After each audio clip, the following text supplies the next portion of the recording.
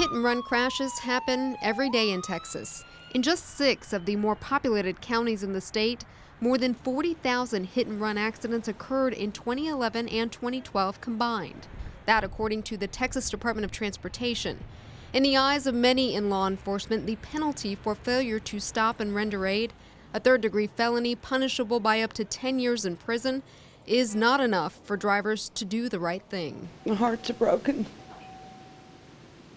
Such a huge void. In May of 2011, LAURIE Griffin lost her daughter, 30-year-old Courtney Griffin, in a hit-and-run accident in Austin. On a short walk home from a friend's place, a car struck and killed Courtney. We now know GABRIELLE Nestande was behind the wheel of that car. And then the next morning when I saw the dent,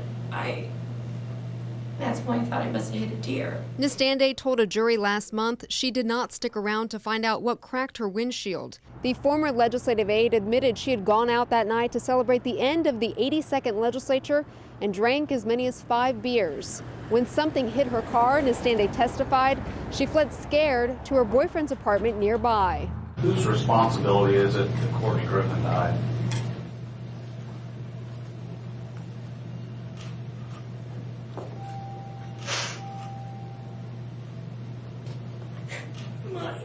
Facing a handful of charges, including failure to stop and render aid, the jury found Nestande guilty of just one, criminally negligent homicide punishable by up to 10 years in prison. But the first-time convicted felon walked away with much less. And we recommend that the sentence be suspended and the defendant be placed on community supervision. Now we're going to really fight for the legislation that we've started so that no other family will ever have to go through what we've gone through. Senators Kirk Watson and Wendy Davis co-authored a bill that would make the charge of failure to stop and render aid a second-degree felony when the wreck results in death, equal to that of intoxication manslaughter, punishable by up to 20 years in prison.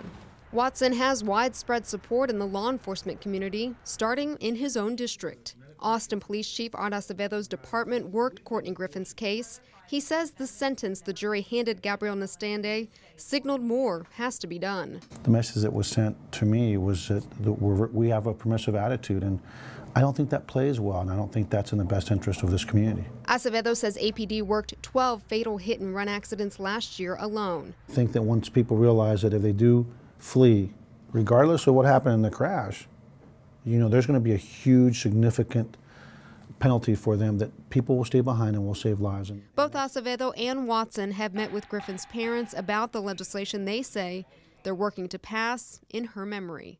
Reporting in Austin, this is ALANA ROCHA with the Texas Tribune.